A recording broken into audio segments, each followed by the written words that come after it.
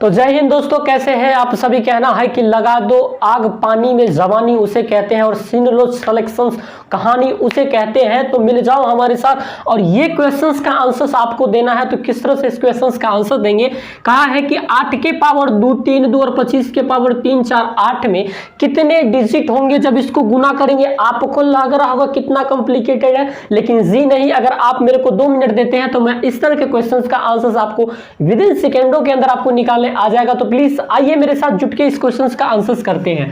जैसे आपने एक चीज देखा होगा कि 10 के पावर 1 होता है, तो 10 यानी कितने डिजिट हो गए, तो 2 डिजिट्स हो गए। कितने डिजिट, तो 2 डिजिट हो गए। एक डिजिट ये, एक डिजिट ये, कितने डिजिट, तो हमने कहा 10 के पावर 2 किया तो कितने डिजिट हो जाएंगे, तो ये 3 डिजिट हो गए। कितना, 3 डिजिट।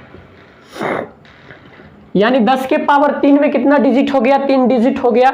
अगर हम करेंगे भाई साहब 10 के पावर 3 तो 1 2 3 यानी कितना, 1 2 3 4 डिजिट हो गया। मतलब एक चीज आपने ये सीखा हमारे साथ कि अगर n हो पावर 3 हो तो 4 डिजिट, पावर 2 हो तो 3 डिजिट, पावर 1 हो तो 2 डिजिट। और उसी तरह से मित्र मेरे पावर n हो तो n+1 डिजिट होगा कि नहीं होगा, n+1 डिजिट्स होंगे कि नहीं होंगे, तो अवश्य होंगे।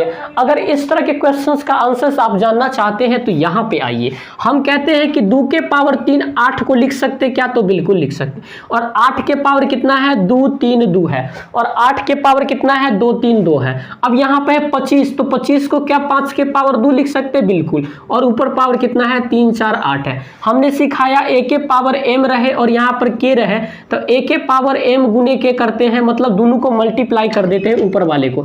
इसी प्रकार से जब मल्टीप्लाई करेंगे तो 2 के पावर 3 से इसको मल्टीप्लाई, तो 3 दूना 6, 3 तियो 9, 3 दूना 6 गुना 5 के पावर इसको 2 से गुला करोगे तो 6 9 6 आ जाएगा।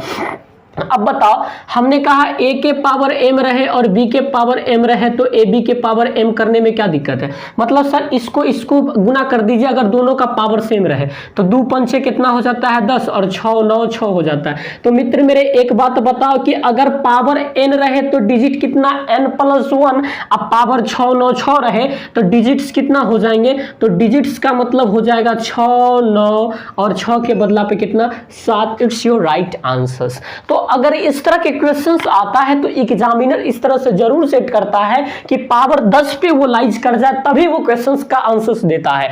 जैसे मैंने आपको कहा 2 के पावर 1 1 1 और यहां पर कर दिया मैंने 5 के पावर, मैंने मान लो यहां पर कर दिया 2 2 2 2 कर दिया, और यहां पर 1 1 1 1 कर दिया, या 25 कर दिया। तो इस तरह से एग्जामिनर उसको सेट करता है। तो 5 के पावर 2 करेंगे तो 5 के पावर 2 से फिर इसको मल्टीप्लाई करेंगे, 2 2 2 हो जाएगा। इस तरह से एग्जामिनर इसको सेट करता है ताकि आपको ये 10 के रेस्ट में आ जाना चाहिए। तो कैसा लगा आपको ये फैक्ट जान करके। ये डिजिट्स हो गया 6 9 7।